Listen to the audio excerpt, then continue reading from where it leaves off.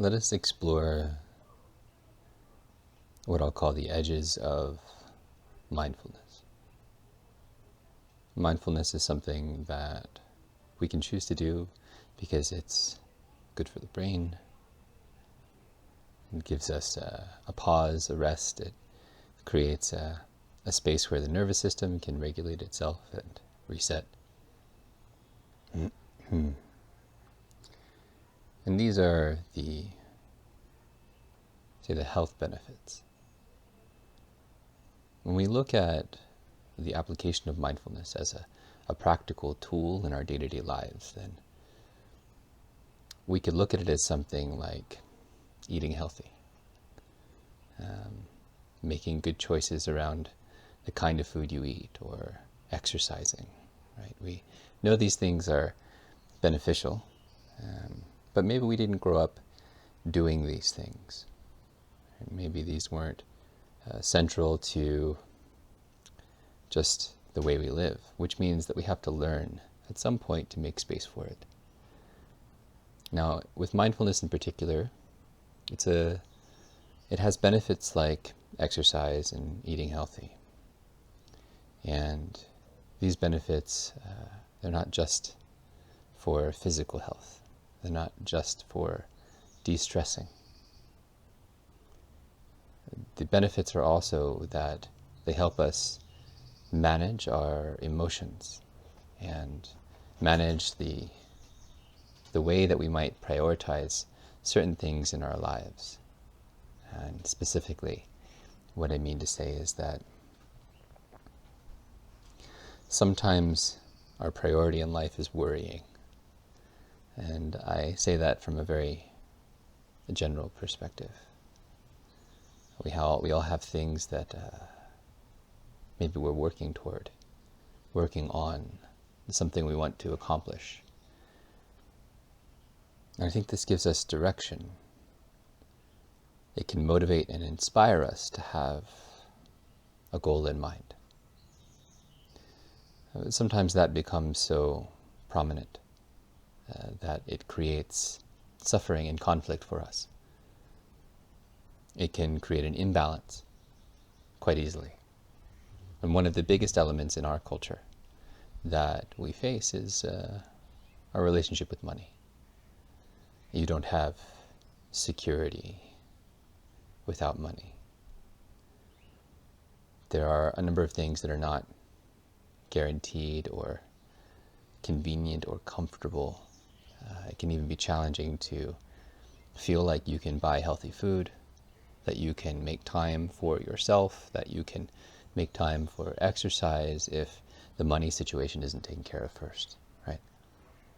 Now, money is a practical thing too, and so we have to find a way to navigate this. How do we navigate the complexities of money, given that it's intertwined with so many elements of our day-to-day lives? And there really is no definitive answer that says this much money is the right amount for you, right? So that's an example of a larger category that is prominent in our culture, a money situation. And of course, the more you have, the more you need, and based on your standards of living, the money has to show up. Yeah. So with mindfulness, what we're looking to do is we're looking to apply the fruits of our practice so that we can navigate the anxiety and the worry and perhaps the planning, the amount of energy we give to the planning on a regular basis, to how we manage our priorities, how we manage our relationship with our goals. And really what we're looking at is our attachments, our attachment to our goals, our attachment to an outcome. So let me explain a little bit. When we practice mindfulness, what really is the essence of this practice? So it's not just that we're trying to quiet the mind, right? It's not necessarily the aim. It's often thought of as the aim, but that's more of the practice itself. And that is where we may wind up. Essential to the practice is learning how to be in a space of awareness, of observation. And when I use these words, I use them very specifically to mean that we are watching, but we're not necessarily looking to engage. So it's different. If I observe something and then I judge it, or I categorize it, or I label it, or then I decide to do something with it, now I'm engaging, right? I'm a part of that, and that's a little bit different from just observation, from awareness. So we can introduce a bit of a scientific element to it. We can say, let me study this. And so in that we may be contemplating. Now, contemplation is a part of the larger practice. We do want to apply the mind at some point. This is actually quite important. We don't really get self-study and self-learning, and we don't really arrive at a place of longer lasting ease and peace in our lives unless we contemplate. But the contemplation should be taking place with a mind that is calm, with a peaceful mind. And so in order to do that, we have to become much better at awareness, observing. And so this is why I say central to the practice of mindfulness is mostly observation, is resting in awareness. And that means the mind can have thoughts. Thoughts can be there. Emotions can arise, feelings can arise. And I'm distinguishing these just a little bit. See, emotions are things we can identify: anger, sadness, frustration, rejection. We can get more in depth with it. But then there's feelings, and the feelings in this way I'm using to describe, do I like this? Do I not like this? Do I want more of this? Do I not want more of this? Do I want to move towards this, or do I want to move away from this? And we can usually use these to describe aspects of our emotions. Move forward, move back, neutral. And so all of these things can be here. The difference is that we aren't over-identifying with them. And this is another term I'm using to describe what happens when a thought arises, or an emotion or a feeling arises, and we become so engrossed in it, so engaged in it, that is the prominent driver. It drives us, so that all we see are those thoughts, all we see are those feelings and emotions. And we're convinced by them because they're so strong. Now, when we think about a goal that we have in mind, or a priority that we're making, something that we feel a sense of energy that we are drawn toward, the attachment, I can't quite call it emotional, though sometimes there is something emotional in it. But at the very least, I can say that there is a strong feeling of wanting to move toward it. I want more of this, or I don't want certain aspects of it to look this way. And so distinguishing this a little bit, just getting to the nuance and say, oh, there's a feeling here, a compelling force that moves me towards something. And that can be an observation. My mind is spinning and it's contemplating the next move, the thing I need to do next. It's building a list for myself and planning something, planning what to do, planning a thing that needs to get done. And then I might have feelings as well about how timely that needs to be. And so the mind becomes very involved in this process. To observe it, we can step back and we can watch our breath and our body responding to the planning, to the mind contemplating, well, let me use a different word, to the mind meticulously breaking apart what should happen and what should not happen. Yeah. And so we use the body and the breath to let the mind come out of the deep engagement, the over-identification. And so perhaps even as I've been sharing this with you, there have been thoughts of things that are prominent in life right now for you. And the mind could be drifting off into them.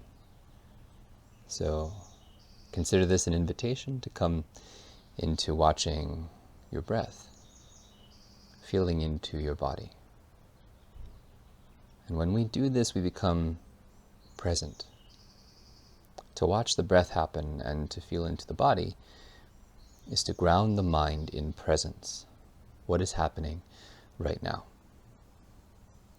And to pull it out of the roller coaster ride of the mind, the thoughts that are coming up, the planning, maybe the stress that follows it, the worry, the anxiety. And truly this applies even to happy, joyful moments. We can get carried away by the excitement. And this isn't a bad thing. None of this is bad. But simply what we're looking for is the central practice here. And seeing where we can apply it, how we apply it, is the most important thing. Truly it can be applied at every moment. That is the ultimate endeavor. So I witness my breath. I can feel into my body. And when I do this, when I feel into my body, there might be certain areas that are more pronounced than others. I might notice my butt on the seat, my back against something. These are pretty easy to connect with, or my feet on the ground, literal grounding, right? So these are easy points to connect to. We might also be able to detect more subtle things, like my heartbeat. Yeah. I can feel my heartbeat, or not just that I notice my breath, I also notice maybe how deep or shallow my breathing is, how much my chest is activated versus how much my belly is activated. And so there's a second part to this, not just that I'm noticing breath and aware of certain aspects of my body, but that I also start to invite my body to relax. And so now you can see already the mind has to shift a little bit of its focus. It's shifting into relaxing the body. Now it can't do this if it's spinning or caught up in something. So you're feeling into the body now and relaxing it. And to relax it, which means you also have to let go. You have to let go. Let go of what you're holding on to. It's because the body is always responding to our thoughts, our feelings, our attachment, our grasping, how we reach out for something, or how tightly we're holding on to something. Our body is this physical expression of our thoughts. And there are certain ways that our body responds to our thoughts that are so normalized we don't know that they're happening. Perhaps how we're gripping our hands, how we're tightening areas around our shoulders, tension in our hips. Maybe we're tightening our belly, the muscles in our belly. And certainly when our nervous system is not regulated, our breathing patterns change. And so when I invite you into breath, it means if I detect how my breath is it more up in my chest? Or is it in my belly? And we can come to natural breathing, which means if I relax into my breath, it's sort of a dropping down. Right? The shoulders drop, the rib cage gets to drop a little bit, and the belly starts to be a little bit more active in our breathing.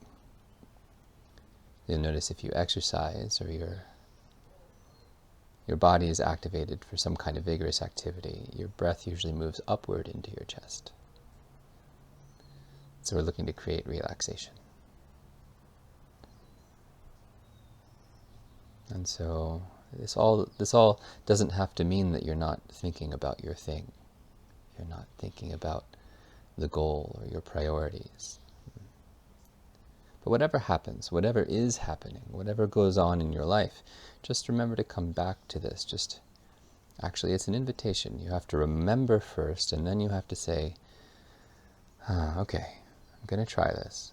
An invitation to yourself to let all the noise be there. Let the things happen. And then let them go. And what you're really looking to do as you do this while you're in the middle of something, while you're in the middle of feeling something, or if there's an emotion that's arising, you're letting go of, in a way, the importance that the mind is placing on this thing in that moment, so that you can relax into the flow of just existing, of being, right? By doing this, you're regulating the nervous system, you're calming the tones of the emotion that may be arising, of the worry and the anxiety. Think of it as clearing some of the noise in the mind. And when you can focus on the breath and the body, experience a little bit, enough to relax it, then you can come back to the thing you're thinking of. So this is how we can use mindfulness in a practical way. In a way that still allows us to do things, but very intentionally creates a pause, a rest. And we can literally do this anytime, while we're walking, in the middle of a conversation with someone. We check in with ourselves. So we have to build the practice, to build the reminder into our thought patterns. And this is really the most important starting point, building the practice so that it can be present for us when we're in the middle of something. Oh, I've just caught myself leaning too far into this. Okay, let me literally leaning in, leaning out. But the mind might be so deeply engrossed. And if we don't have this practice, then we won't remember in the middle of things. So that's often why people will create a meditation practice. I'll sit down at X time every day. And the meditation practice is fundamentally the same as what I've just described. We're just practicing our remembrance of awareness.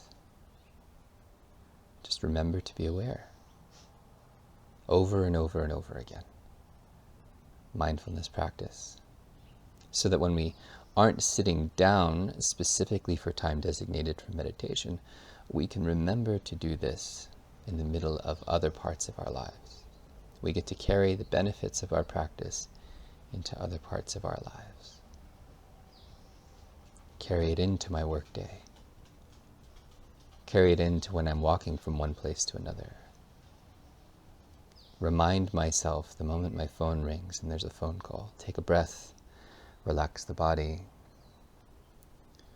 Remember it next time I'm in the middle of a conversation. Someone's talking, I respond, they start talking again. I'm listening to them, and then suddenly I'm also checking in with my breath. And so I can be aware of my breath while I'm listening. And so what happens is I soften the focus on, the words, but also soften the energy in my body. So I can listen to birds that are singing in the background and be aware of my breath. Yeah. And next time perhaps there's some emotion that's really big that's rising up. Even if it's joy, I can be aware of where that is in my body. Where do I feel the joy? Does it energize my body? Does it lift my body? How's my breath? Oh, I'm breathing, okay. Breathing is excited. Can I dial in a little bit and relax it just a touch? It doesn't mean I want to get rid of joy. I don't want to get rid of happiness. Even with anger, I'm not trying to get rid of anger. And this is the difference. Our intention, again, is to relax into the moment. The emotion can be there.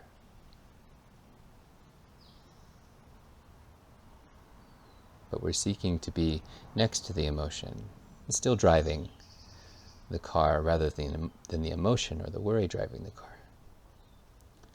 Rather than the excitement of the experience of whatever the feeling is driving us. So we get to use it as information to guide us. So then the content of the emotion or the feeling or the thought becomes our guide. We listen to it, but we don't have to do everything it says. We can find a space of calm with it. And that makes space for so many other possibilities, many other opportunities in the present moment. So what I'll leave you with is that this is what it means to introduce choices into the moments that we have. We usually talk about going with the flow, which means I am whatever is being done. I'm in that doing. I'm just going with the flow. But one of the elements that we get with mindfulness is that the flow is literally broken up into every now that occurs. I get to influence, shift. Whatever is moving right now, I can choose to shift it. That doesn't mean I can control what the outcome is, but I can choose to shift every now, every moment. And when I relax, when I create a pause, when I dial into the experience in the body, I'm a little more in the driver's seat. Keep coming back. Come back to life right now. Return to your ability to create each moment and to influence what happens next. Because the only place that we can change our future from is right now.